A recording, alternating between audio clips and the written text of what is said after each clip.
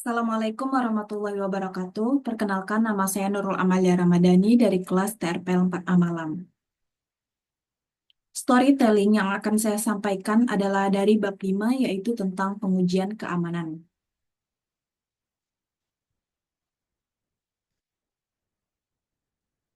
Studi kasus yang saya ambil adalah kegagalan mendeteksi eskalasi privilege dalam sistem internal. Sebelumnya saya jelaskan terlebih dahulu, eskalasi privilege itu terjadi saat pengguna mendapatkan akses yang lebih tinggi daripada yang seharusnya ia dapatkan. Jadi, studi kasus ini adalah tentang kegagalan mendeteksi eskalasi privilege. Jadi, sistem tidak mampu mengenali atau mencegah pengguna biasa mendapatkan akses lebih tinggi dari yang seharusnya ia dapatkan, baik secara sengaja maupun tidak sengaja. Latar belakang dari studi kasus ini, bayangkan sebuah perusahaan besar yang mengelola data ribuan karyawan. Mereka membangun sebuah portal internal yang memiliki tampilan modern dan fitur lengkap.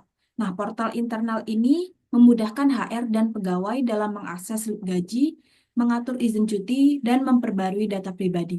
Dari sisi fungsionalitas, sistem ini tampak sempurna. Semua pengujian sudah dilakukan untuk memastikan semua fitur berjalan normal. Tetapi ada satu hal penting yang luput, yaitu pengujian keamanan terhadap privilege akses. Tidak ada yang mengecek apakah pegawai biasa bisa mengakses data HR atau apakah kontrol aksesnya bekerja sebagaimana mestinya. Dan dari hal itu muncul masalah yang terjadi. Seorang pegawai biasa menemukan bahwa ia bisa melihat data milik atasannya. Caranya itu sangat sederhana, cukup mengubah angka ID di URL. Misalnya, ID milik atasannya adalah 105, sedangkan pegawai itu ID-nya adalah 1. Jadi, ia cukup mengubah ID itu dari angka 1 menjadi ke 105. Dan tanpa hambatan, sistem langsung menampilkan slip gaji dan data sensitif lainnya. Ini adalah contoh klasik dari insecure direct object reference. Satu celah kecil bisa berdampak sangat besar. Jika kita telusuri lebih dalam, akar dari insiden ini bukan sekedar kesalahan teknis, tapi berasal dari proses pengujian yang tidak menyeluruh.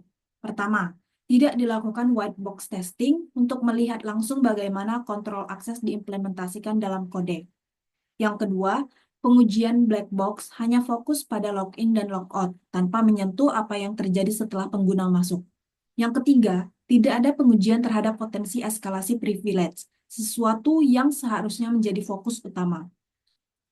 Yang keempat, tim QA tidak melibatkan misuse case atau skenario penyalahgunaan akses. Dan yang kelima, tidak menerapkan transaksi sintetis untuk menguji akses ilegal secara aktif.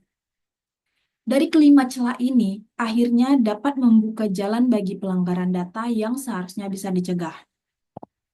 Nah, lalu apa akibatnya? Dampak keamanannya itu sangat serius. Pertama, data sensitif milik pimpinan seperti slip gaji atau izin cuti terbuka dan bisa diakses oleh pegawai biasa. Ini bukan hanya pelanggaran etika, tetapi juga pelanggaran privasi. Yang kedua, perusahaan beresiko melanggar kebijakan internal dan peraturan hukum seperti Undang-Undang Perlindungan Data. Yang ketiga, reputasi organisasi ikut terpukul. Ketika insiden ini tersebar di kalangan pegawai, bahkan mungkin sampai keluar, kepercayaan pun menurun. Dan yang terakhir, semua ini harus ditebus dengan biaya yang besar, seperti audit ulang sistem, penulisan ulang fitur kontrol akses, dan investigasi secara menyeluruh.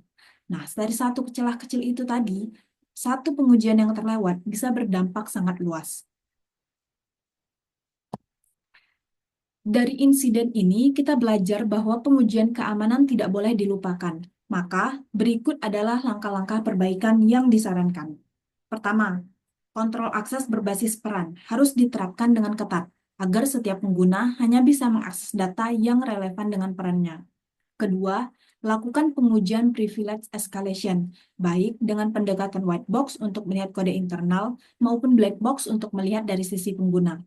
Ketiga, gunakan transaksi sintetis, yakni simulasi aktivitas pengguna antar peran untuk menguji apakah akses tidak sah bisa terjadi. Keempat, ancaman dari threat modeling harus dimasukkan ke dalam skenario pengujian QA agar risiko bisa diantisipasi sejak awal. Dan yang terakhir, bangun sistem pelaporan dan pelacakan yang aktif, sehingga jika ada pelanggaran bisa langsung ditindak sebelum berdampak luas. Ini bukan hanya soal teknis, tetapi tentang membangun kepercayaan dalam sistem. Nah, dari studi kasus ini, kita belajar satu hal penting. Pengujian keamanan yang tidak menyeluruh bisa membuka celah yang fatal. Celah eskalasi hak akses bukanlah hal sepele. Sekali lolos, ia bisa membahayakan data sensitif dan reputasi organisasi. Karena itu, kita harus memastikan adanya pengujian privilege, validasi kontrol akses, dan integrasi threat modeling dalam proses QA. Semua itu adalah bagian dari implementasi Secure SDLC yang sesungguhnya. Bukan hanya aman di atas kertas, tetapi juga terbukti akan tahan terhadap ancaman nyata. Jadi, pengujian keamanan bukanlah sekedar formalitas, melainkan pilar utama dalam menjaga kepercayaan, privasi, dan integritas sistem. Melalui studi kasus ini, kita diingatkan bahwa satu celah kecil, jika tidak diuji dengan benar, dapat berdampak sangat besar. Mari jadikan Secure SDLC sebagai budaya, bukan hanya prosedur. Karena di era digital ini, keamanan bukan pilihan, tetapi keharusan. Terima kasih atas perhatian teman-teman. Semoga materi ini memberi wawasan baru yang bisa kita terapkan bersama. Sekian dari saya, Nurul Amalia Ramadhani. Assalamualaikum warahmatullahi wabarakatuh.